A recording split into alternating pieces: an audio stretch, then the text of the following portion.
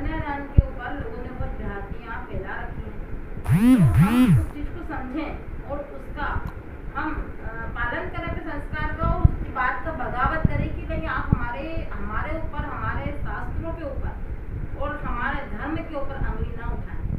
हम ब्राह्मण हैं तो हमें अपना वर्चस्व नहीं खोना चाहिए। क्या होता है कि जैसा बोल रहे हैं कन्यादान, कन्यादान का मतलब ये नहीं होता कि आपने कन्या है और आपने दान कर दिया। इस सोच, छोटी सोच बता रहे हैं, उन्होंने अपने शब्द को पकड़ लिया है और हमें अपने पीछे भ्रांतियाँ फैला रहे हैं कि ब्राह्मण लोगों के संस्कार देखो, कन्या को बढ़ा के किया और दान कर दिया। कन्या का दान नहीं होता है। कन्या, उसका असली अर्थ है कि कन्या का आदान।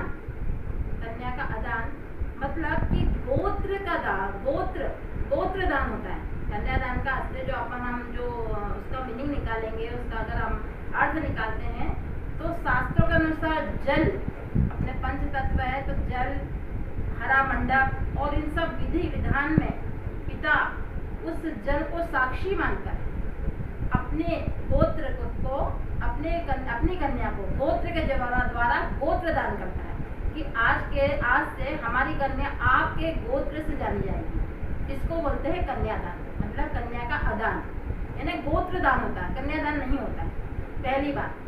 दूसरी बात कि क्या होता है कि अभी जैसे लोग बोलते हैं कि पिताजी अपने 7 वचन छुड़वाते हैं पंडित के जरिए, जो संस्कृत भाषा में होते हैं, तो उसमें पिता देखो कितना, कोई भी अपने शरीर के अंश को दान नहीं कर सकता है।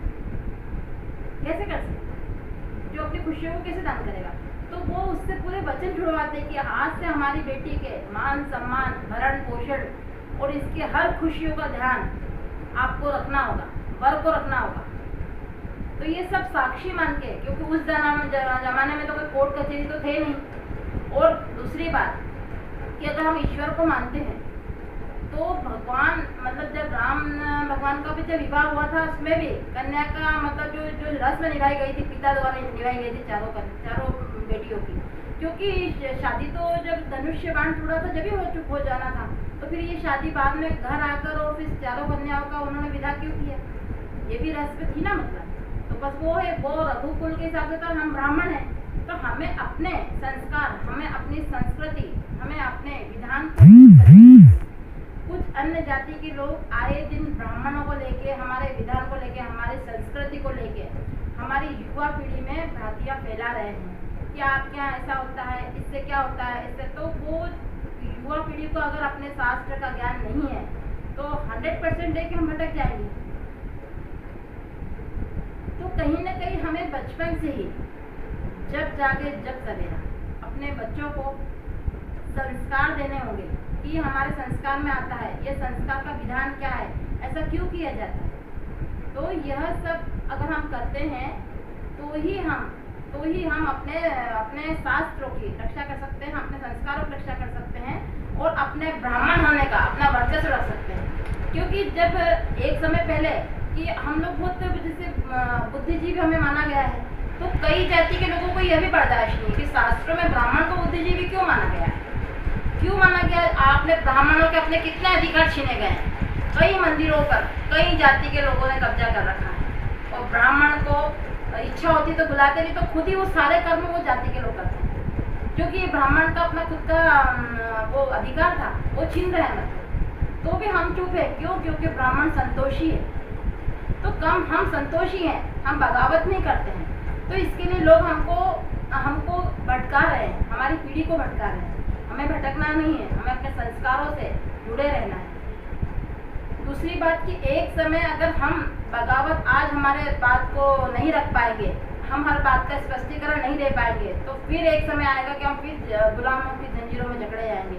क्योंकि न्याय भी उनका होगा, नियम भी उनके होंगे, कानून भी उनके होंगे, और हमको उन्होंने दिमाग से इतना तैयार कर दिया है कि कहीं ना कहीं हम उनकी बातें मानने लगेंगे कि हम आपको शिक्षा निःशुल्क देंगे, आपको मकान देंगे, आपको प्लाट देंगे, आप धर्म परिवर्तन करिए।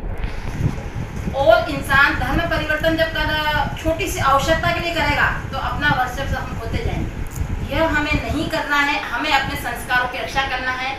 कन्यादान मतलब गोत्रदान, गोत्र का आदान होता है, जो कि जल को साक्षी मानकर पिता द्वारा दूसरे गोत्र में, मतलब कन्या मतलब वर पक्ष को बोला जाता है कि आज के बाद हमारी कन्या आपके गोत्र के नाम से जानी जाएगी। यह बात को आप समझें और अपने लोगों, अपने आने वाली पीढ़ियों को भी समझाएं और संस्कार बचपन से अपने घर में दें कि हमें संस्कार से बंधे हुए रहना चाहिए।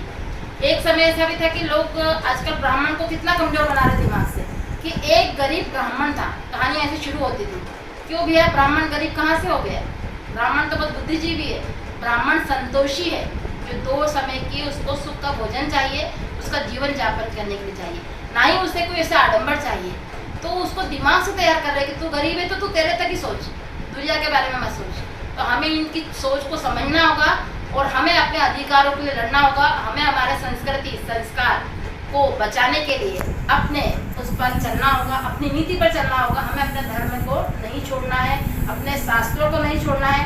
जो 4 वर्ण व्यवस्था में जो ईश्वर ने बांटा है, हमें अपने वर्ण व्यवस्था की रक्षा करना है। ब्राह्मणों को पूजा पाठ, कुल के रीति रिवाज सब दिया गया है, तो हमें अपने पद से नहीं भटकना है। कन्यादान का मतलब कन्यादान नहीं होता है, कन्या आदान होता है, कन्या आदान होता है। इसलिए मैं आपसे विनती करती हूँ, कृपया इस बात को समझें, इसकी गहराई में जाएं और लोगों को इस बात के लिए प्रेरित करें कि हम अपने पद से नहीं भटकेंगे, हम अपने संस्कारों से नहीं भटकेंगे, हम अपने शास्त्रों से जो विधि विधान लिखा है उसका पालन करेंगे। नर्मदे हर।